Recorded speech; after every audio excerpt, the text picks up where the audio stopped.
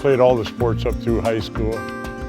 Went to college, played a little bit, and then went into the service and came home and got exposed to USSSA shortly after that.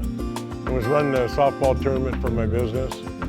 It was a restaurant and bar. And Joe Uha, the assistant state director at the time, came and tried to convince me to turn my tournament to USSSA. USSSA was very young at the time, had only been around for a year or two. And so I turned the tournament over in 1981. And in the next few years expanded to 4 or 5 tournaments and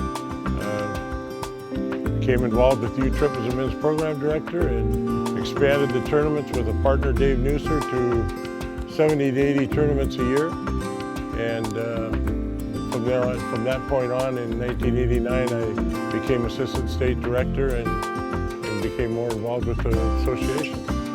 Well, without a doubt, Dick Calvo, who was the state director of Washington for over 30 years, he was kind of my mentor into this association. And for 25 years, we did everything together. I mean, every weekend we were at the ballpark. We went to every national convention, went to 15 or 16 men's world tournaments in a row, the major World Series. And without him, I don't know that I would have stayed involved as much as I did. I've been extremely fortunate to have been involved as much as I was in Washington.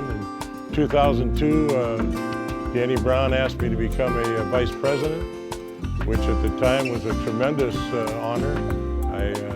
I'm not aware of anybody else that had never been a state director that was asked to serve as a position higher, so I took it on, and I was very glad and excited to be a part of the continued growth. Well, it's certainly rewarding. I feel like I've accomplished an awful lot.